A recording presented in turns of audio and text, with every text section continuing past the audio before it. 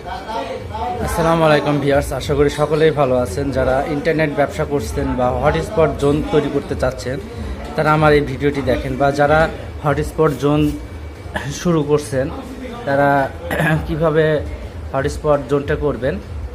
আমরা এখানে ওএলটি দিয়ে পিপিও কানেকশন দিয়ে থাকি।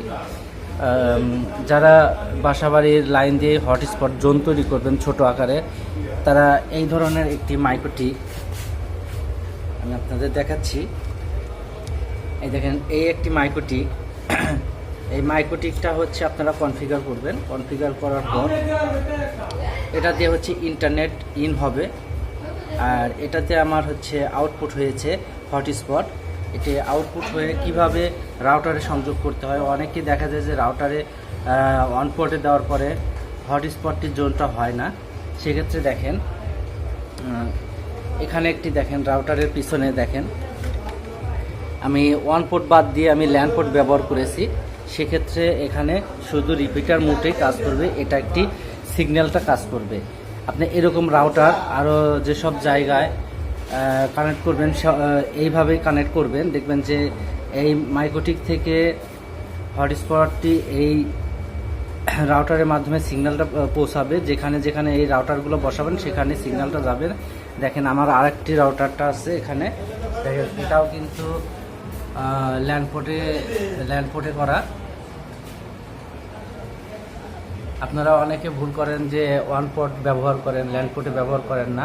এটা শুধু রিসেট করে আপনি শুধু নামটা যে সকল রাউটারগুলোতে আপনি অ্যাক্সেস পয়েন্ট তৈরি করবেন সবগুলোতে একই নাম দিয়ে দিবেন। সেক্ষেত্রে দেখা যাবে যে এটা হটস্পটের হচ্ছে একটি রাউটার সিগন্যালটা থাকবে। আপনারা সবগুলো রাউটারে আপনারা ল্যান্ড পোর্টে কানেকশন করে দিবেন। তো যারা এখান থেকে ল্যান্ড পোর্ট যে আছে, ল্যান্ড পোর্ট থেকে আরেকটি কেবল নিয়ে দূরে অন্য কোনো একটি রাউটারে আবার ল্যান্ড পোর্টে কানেকশন করবেন, সেক্ষেত্রে ওইখানে আবার সিগন্যালটা চলে যাবে।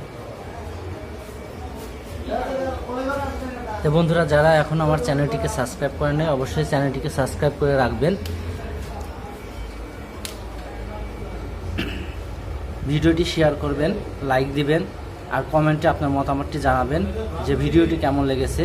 আর অনেকে এখনও আমার ভিডিও দেখে এই কাজটি করতে চাচ্ছেন, তারা অবশ্যই আমার সাথে যোগাযোগ করবেন। ভিডিওতে আমার নাম্বার দেওয়া থাকবে, সেখান থেকে নাম্বারটি নিয়ে আপনি যোগাযোগ করতে পারেন।